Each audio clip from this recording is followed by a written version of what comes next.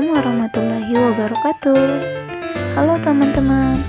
Di video kali ini kita akan bahas tentang proses pencernaan dan absorpsi karbohidrat di dalam tubuh manusia. Pasti teman-teman penasaran kan? Yuk simak videonya. Sebelum memasuki materi, saya akan memperkenalkan teman-teman saya terlebih dahulu.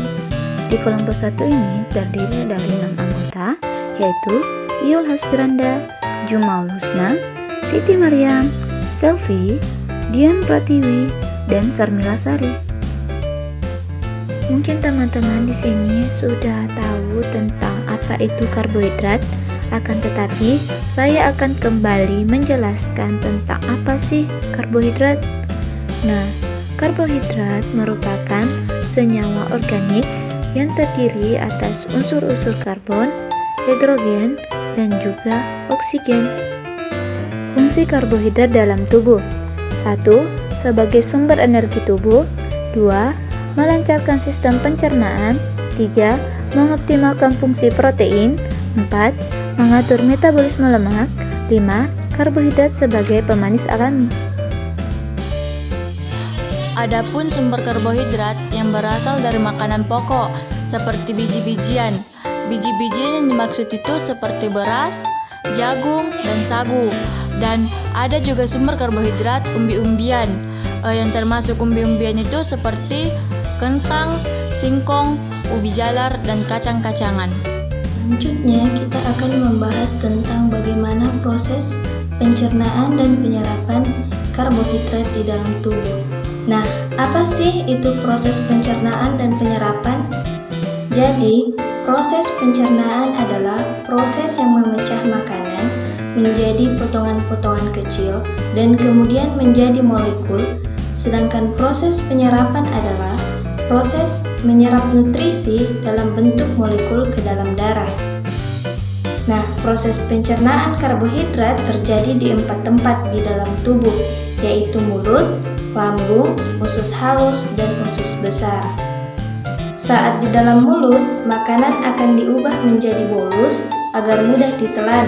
Di dalam mulut juga terdapat enzim amilase yang akan memecah patih atau amilum menjadi molekul yang lebih sederhana, seperti dekstrin dan maltosa. Dari mulut, bolus akan menuju ke lambung untuk diolah dan dicampurkan dengan asam lambung yang bersifat korosif. Proses pencampuran mengakibatkan makanan menjadi lebih cair dan hancur yang disebut dengan zimos.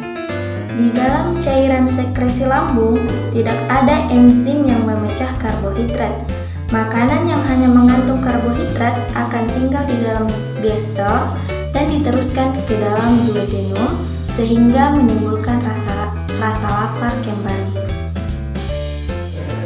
Kemudian, proses pencernaan karbohidrat akan berlanjut di usus halus dengan bantuan enzim maltase, sukrase, dan laktase. Enzim maltase akan memecah maltosa menjadi 2 unit glukosa. Enzim sukrase akan memecah sukrosa menjadi glukosa dan fruktosa. Kemudian, enzim laktase akan memecah laktosa menjadi glukosa dan galaktosa.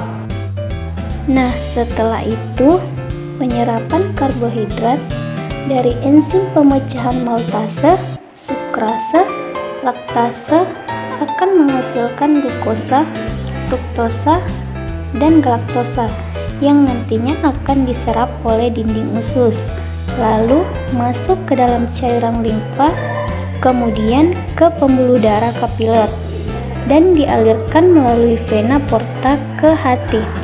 Di dalam hati terdapat 2 proses penyerapan karbohidrat. Yang pertama, karbohidrat masuk ke dalam aliran darah, dan yang kedua, karbohidrat diubah menjadi glikogen jika jumlah glukosa dalam hati berlebihan. Tahapan yang terakhir terjadi di usus besar. Dalam usus besar terjadi proses fermentasi oleh mikroba menghasilkan karbon dioksida, hidrogen, metana, dan asam-asam lemak rantai pendek yang mudah menguap seperti asam asetat, asam propionat, dan asam butirat yang kemudian akan menjadi sumber energi bagi jaringan tubuh. Sementara itu, asam karbohidrat akan diubah menjadi fases yang akan dikeluarkan oleh tubuh. Nah, jadi seperti itu teman-teman proses pencernaan dan penyerapan karbohidrat di dalam tubuh kita. Sudah lebih paham kan? Terima kasih atas perhatiannya. Wassalamualaikum warahmatullahi wabarakatuh.